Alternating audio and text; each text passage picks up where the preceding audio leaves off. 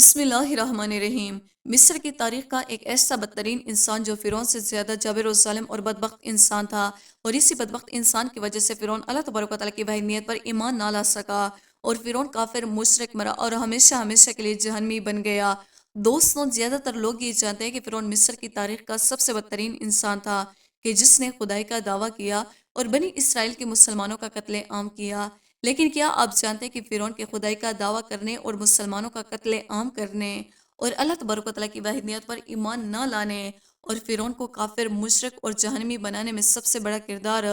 اس انسان کا تھا کہ جس کا آج ہم ذکر کرنے والے ہیں؟ اسی انسان کا ذکر اللہ تبارک و تعالیٰ نے قرآن پاک میں بھی حامان کے نام سے کیا ہے۔ دوستوں، آج کی اس ویڈیو میں ہم آپ کو بتائیں گے کہ فرعون کا سب سے خاص دوست اور فرعون کا سب سے خاص وزیر حامان کون تھا، اور فرعون اور حامان کی ملاقات کیسے ہوئی، اور حامان نے فرعون کے ہاتھوں بنی اسرائیل کے مسلمانوں پر کیسے کیسے ظلم و ستم کروائے، اور بالآخر حامان فرعون کو کیسے لے ڈوبا، اور کیسے فرعون اس کی وجہ سے کافر مشرک مرا اور ہمیشہ ہمیشہ کے لیے جہنمی بن گیا۔ دوستوں، ان تمام تر سوالات کے جوابات آج کی اس ویڈیو میں ہم آپ کو بتائیں گے۔ ہماری اس ویڈیو کو اینڈ تک ضرور دیکھیے گا۔ دوستوں، اللہ تبارک و تعالیٰ نے قرآن پاک کے 6 مقامات پر فرعون کے وزیر حامان کا ذکر فرمایا۔ حامان کے بارے میں مفسرین لکھتے ہیں کہ حامان مصر کے وزیر کا لقب ہوا کرتا تھا، اور جو کوئی بھی بادشاہ مصر کا وزیر مقرر ہوتا اس کو حامان کہا جاتا تھا۔ جیسے کہ مصر کے تمام تر بادشاہوں کو فرعون کہا جاتا تھا، اسی طرح انہی بادشاہوں کے وزیروں کو حامان کہا جاتا تھا۔ اور بعض روایات میں آتا ہے کہ حامان اس مخصوص شخص کا نام ہے جو فرعون موسیٰ کا وزیر تھا، اور جس کا ذکر اللہ تبارک و تعالیٰ نے قرآن پاک میں بھی فرمایا ہے۔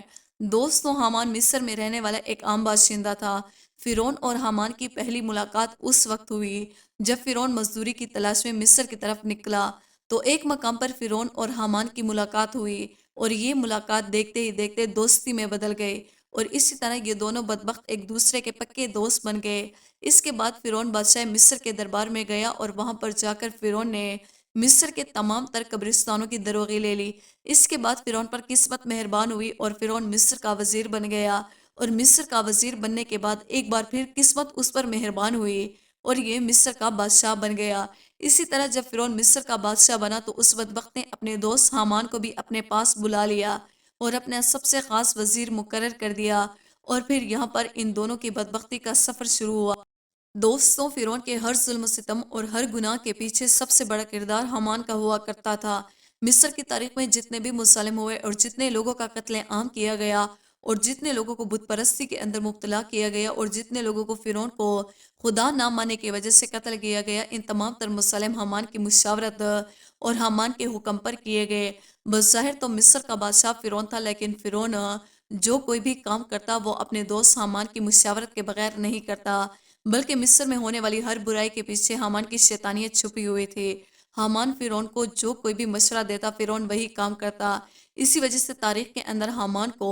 فرعون سے بھی سب سے بڑا جابر و ظالم اور بدترین انسان قرار دیا گیا ہے۔ دوستوں، فرعون جب مصر کا بادشاہ بنا تو فرعون نے حامان سے کہا کہ میں مصر کے اندر خدائی کا دعویٰ کرنا چاہتا ہوں، اور میں چاہتا ہوں کہ مصر کے تمام تر لوگ مجھے اپنا خدا مانیں اور میری پوجا کرے اور میرے سامنے سجدہ کیا کرے۔ فرعون حامان سے کہنے لگے کہ خدائی کا دعویٰ کرنے کے لیے ایسا کیا کرنا چاہیے کہ مصر کے تمام تر لوگ مجھے اپنا خدا ماننے لگے۔ تو اس وقت حامان نے فرعون کو یہ مشورہ دیا کہ سب سے پہلے مصر کے اندر دین اسلام کی تبلیغ پر پابندی لگائی جائے اور دینی درسگاہوں کو بند کر دیا جائے۔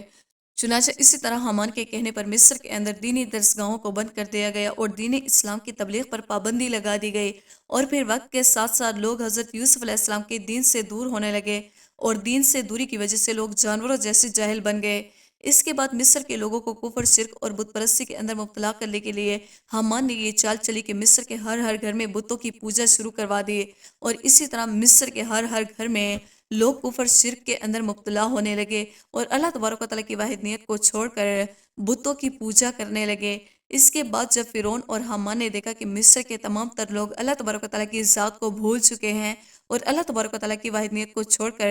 بت پرستی کے اندر مبتلا ہو چکے ہیں، تو اس وقت حامان نے فرعون کو یہ مشورہ دیا کہ اب مصر کے تمام تر لوگوں کو ایک جگہ پر اکٹھا کیا جائے اور ان کے سامنے خدائی کا دعویٰ کیا جائے اور ان کو سیدھا کرنے کا حکم دیا جائے۔ چنانچہ فرعون نے ایسا ہی کیا، مصر کے تمام تر لوگوں کو ایک مقام پر اکٹھا کیا گیا اور فرعون نے ان تمام تر لوگوں کے سامنے خدائی کا دعویٰ کر دیا اور ان کو اپنے سامنے سجدہ کرنے کا حکم دیا۔ اس وقت مصر کا سب سے بڑا قبیلہ قبطی، وہ فرعون کو اپنا خدا ماننے لگا اور ان کے سامنے سجدہ کرنے لگا۔ چنانچہ اسی طرح فرعون نے مصر کا جھوٹا خدا بنا۔ دوستوں، روایات میں آتا ہے کہ جب فرعون نے خدائی کا جھوٹا دعویٰ کیا تو اس وقت کچھ لوگ ایسے بھی موجود تھے کہ جن کے سینے ابھی بھی ایمان کے نور سے منور تھے اور جو ابھی بھی اللہ تبارک و تعالیٰ کی واحدانیت پر ایمان رکھتے تھے۔ فرعون کو جب ان لوگوں کے بارے میں پتہ چلا تو فرعون بہت زیادہ غضبناک ہوا۔ چنانچہ اس وقت فرعون نے ان چند مسلمانوں پر ظلم و ستم کرنا شروع کر دیے اور ان کو اپنا غلام بنا لیا، اور مصر کا سب سے مشکل ترین کام اور بھاری بھرکم کام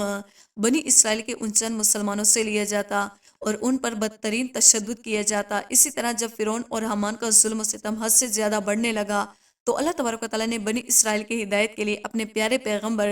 حضرت موسیٰ علیہ السلام کو مبعوث فرمایا۔ حضرت موسیٰ علیہ السلام فرعون کو اللہ تبارک و تعالیٰ کا پیغام پہنچایا اور اللہ تبارک و تعالیٰ کی واحدانیت کی طرف بلایا اور مسلمانوں پر ظلم و ستم کرنے سے منع فرمایا۔ لیکن فرعون اپنی سرکشی سے باز نہ آیا اور اسی طرح بنی اسرائیل کے مسلمانوں پر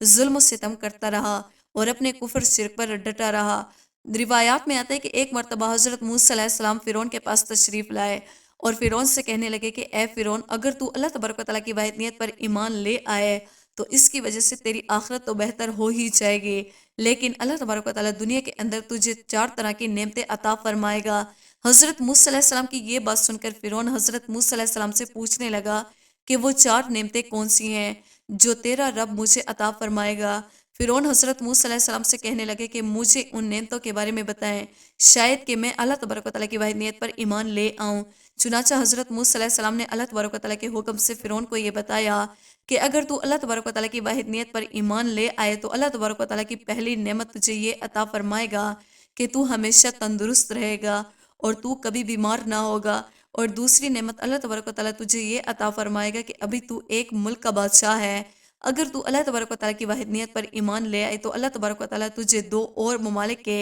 بادشاہت عطا فرمائے گا۔ اس ملک کی بادشاہت تجھے اللہ تبارک و تعالیٰ کی نافرمانی کرنے کے باوجود ملی، تو سوچ اگر تو اللہ تبارک و تعالیٰ کی فرمانبرداری کرے گا تو اللہ تبارک و تعالیٰ تجھے کیا کیا عطا فرمائے گا، اور اگر تو اللہ تبارک و تعالیٰ کی واحدانیت پر ایمان لے آئے تو اللہ تبارک و تعالیٰ تجھے دنیاوی نعمتوں کے ساتھ ساتھ جنت بھی عطا فرمائے گا۔ فرعون نے جب حضرت موسیٰ علیہ السلام کی یہ بات سنی تو فرعون حضرت موسیٰ علیہ السلام کی باتوں سے بہت زیادہ متاثر ہوا، اور فرعون جب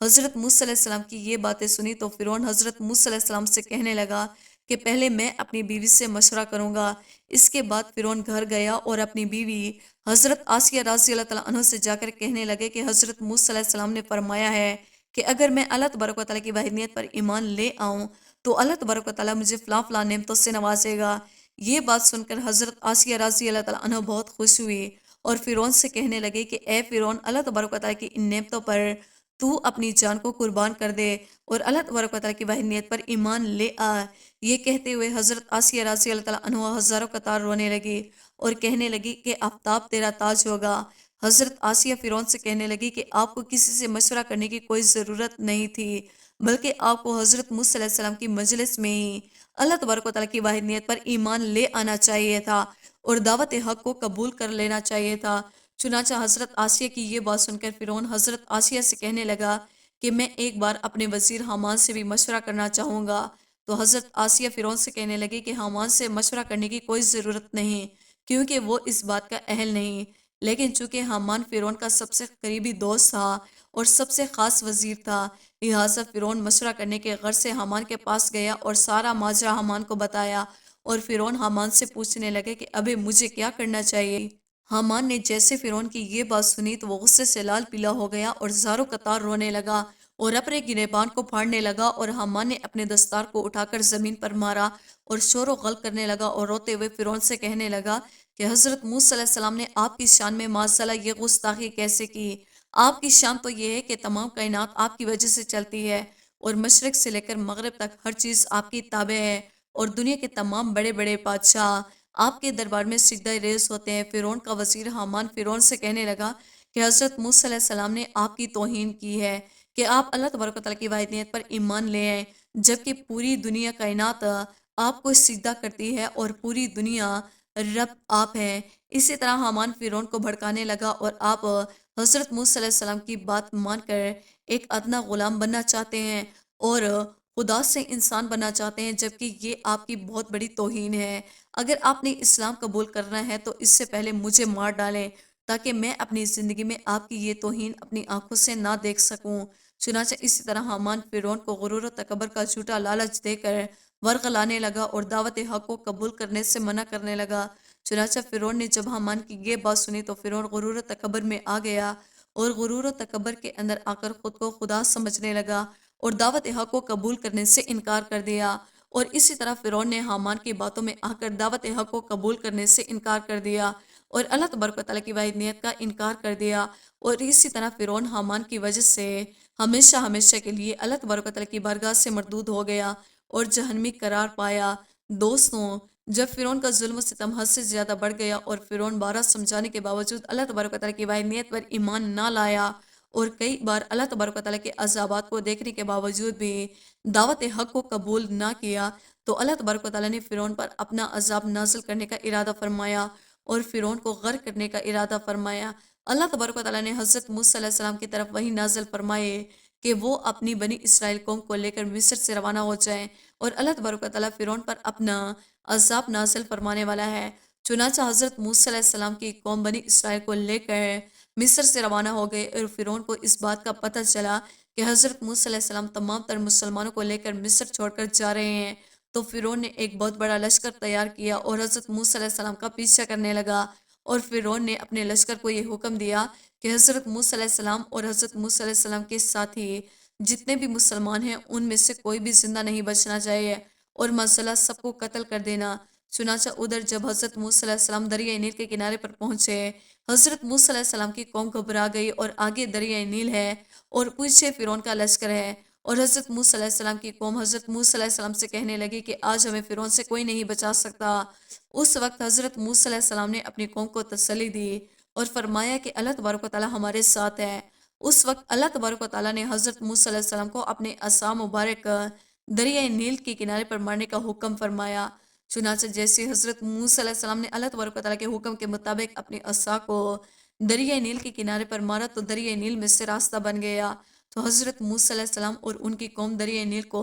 آسانی کے ساتھ عبور کر لیا۔ ادھر جب فرعون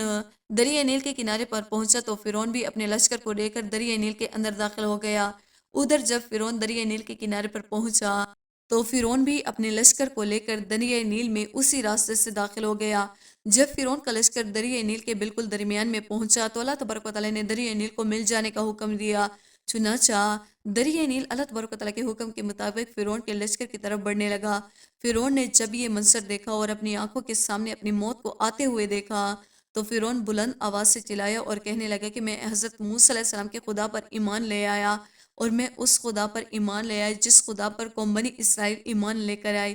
اسی طرح جب فرعون غرق ہونے لگا تو وہ دعا مانگنے لگا۔ اس وقت حضرت جبرائیل علیہ السلام نے مٹی اٹھائی اور فرعون کے منہ میں ڈال دی تاکہ یہ اللہ تبارک و تعالیٰ کی بارگاہ میں دعا کو نہ مانگ سکے، اور فرعون اس وقت اللہ تبارک و تعالیٰ کی واحدانیت پر ایمان لانا چاہتا تھا، لیکن اس وقت اس کا ایمان